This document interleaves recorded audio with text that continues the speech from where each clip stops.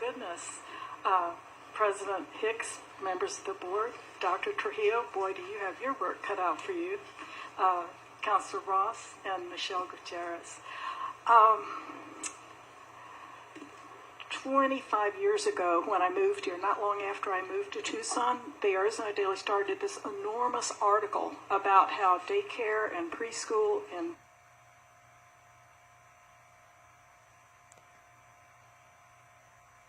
Tucson was the pits.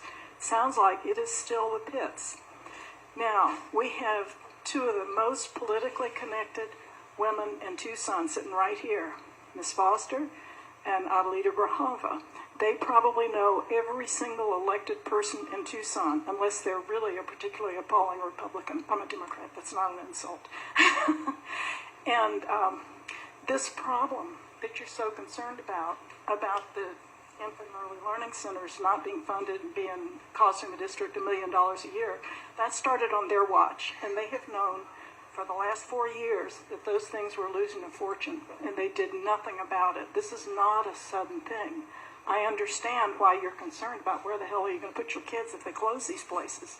The district has this problem. They don't have the money.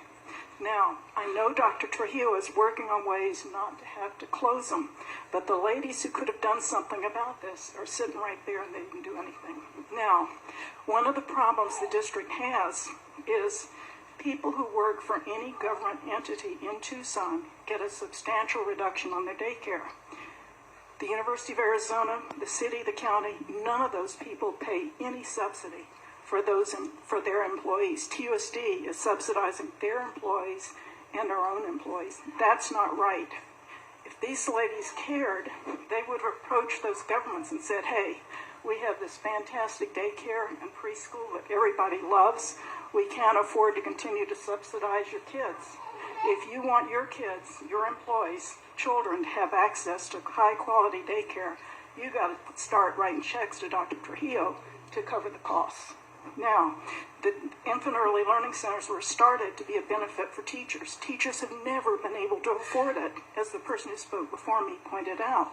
It's always been too high. Right now, something like 31% of the people who have kids in the infant early learning centers are TUSD employees. Most of them aren't even teachers. It is not, the prices need to be much lower for teachers to be able to afford it. Dr. Trujillo is working on coming up with a way not to have to close these, but the truth is TUSD cannot take the money it gets and just use it to subsidize the daycare centers. Most of the money TUSD has can't legally be used that way.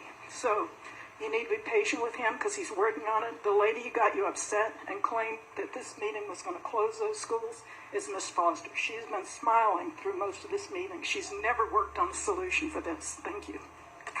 Thank you.